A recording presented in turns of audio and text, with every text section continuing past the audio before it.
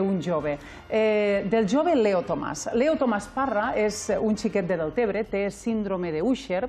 De fet, els companys de l'institut s'han volcat moltíssim amb ell durant aquestes darreres setmanes, ja des de fa temps, organitzant diferents activitats, diferents propostes.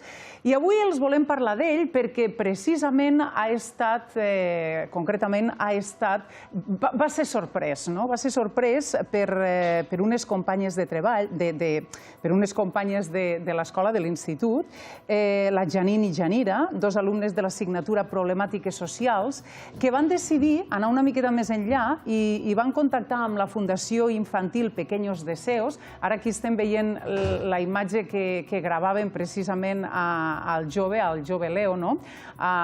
Pequeños Deseos li van fer la petició de poder aconseguir veure a Messi abans de perdre més visió. De fet, el síndrome de Usher, per als que no sabeu d'aquesta malaltia, és una malaltia que va degenerant en el tema de la visió i en el tema de la sordesa, la visió nocturna i la sordesa. En aquest cas, ell ara veiem aquestes imatges perquè abraçava la seva mare després que se li comuniqués que un dels somnis de la seva vida, anar a veure a Leo Messi i anar a París a visitar la Torre Eiffel, doncs es faria realitat. D'aquesta manera, aquestes dues amigues, aquestes dos joves de l'institut, Janine i Janira, a través de contactar amb la Fundació Pequeños Deseos, han aconseguit finalment que el Leo Tomàs pugui fer realitat un dels seus somnis a través d'aquesta fundació.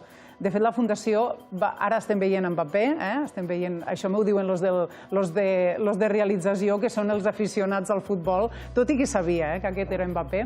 I després veurem el Leo Messi, que va ser un dels moments més especials també per al Leo Tomàs, poder veure un dels seus ídols, poder-lo veure de prop, poder-lo veure entrenar, anar a França.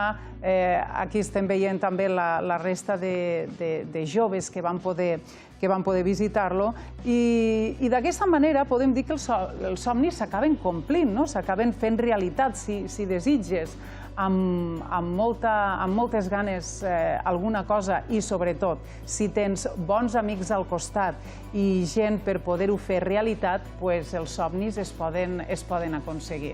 La veritat és que ens ha encantat aquesta història que hem descobert també durant aquests dies a través de les xarxes socials, i volíem explicar-los-hi. La seva mare, Amaya, ha estat amb nosaltres també explicant-nos i facilitant-nos totes aquestes imatges i aquestes fotografies del Leo amb un altre Leo.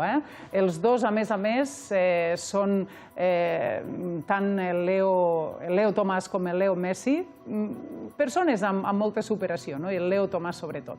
Doncs bé, fins aquí aquestes imatges que acabem de veure i que amaguen al darrere aquesta història entranyable, aquesta història de superació. Precisament nosaltres anem a parlar d'una altra història